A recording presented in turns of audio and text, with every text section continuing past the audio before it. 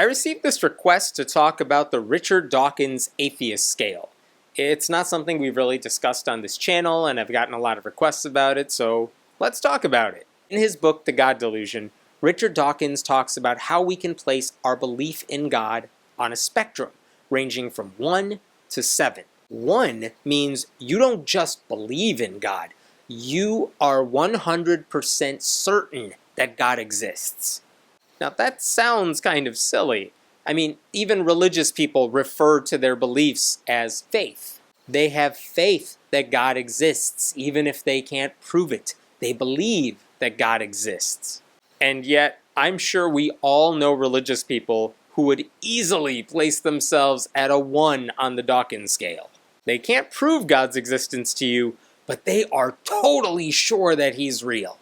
And if you think being a 1 makes no sense, then I would hope you would say the same thing about a 7, because a 7 means you're absolutely certain God doesn't exist. And yes, that's a ridiculous thing to say too. It requires this sort of absolute knowledge that none of us can possibly possess. We don't know for sure that God doesn't exist. All we could say is we've looked at all the available evidence and we have found no reason to believe in God's existence. But we can't prove to you that He's not there. Also, saying you're a 7 is basically saying that no amount of evidence could ever convince you that you're wrong.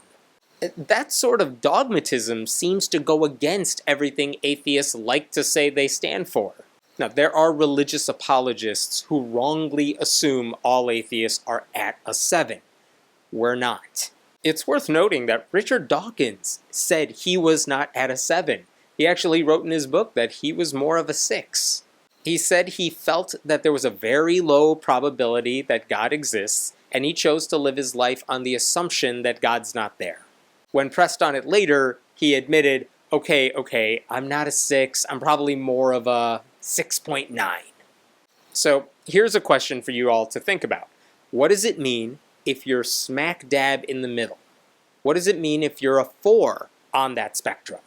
Well, it literally means you're in the middle. I mean, you think there's a 50-50 chance that either God exists or God doesn't exist, which means you think God's existence is as likely as getting tails on a coin flip.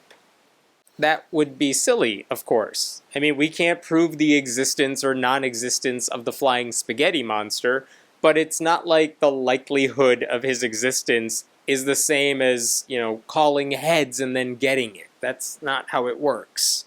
Sorry to those of you I just offended. The point being, I don't really understand anyone who puts themselves at a 4. Here's what a 4 does not mean. It does not mean you're an agnostic.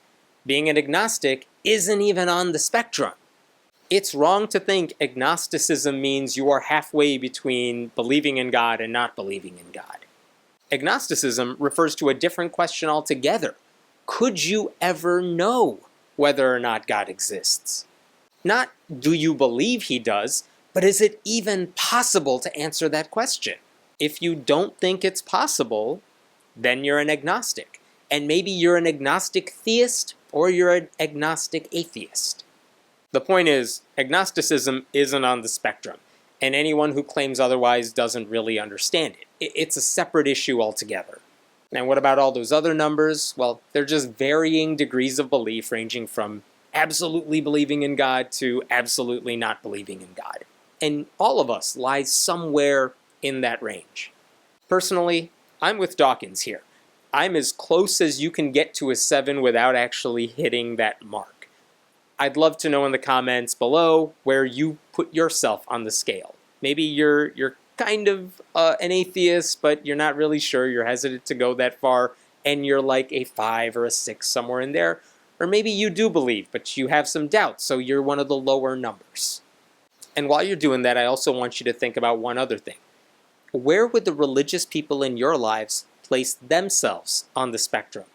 Because while it would make a lot of sense for them to give themselves a low number, like a 2 or a 3, I suspect a lot of them would say they are 1s.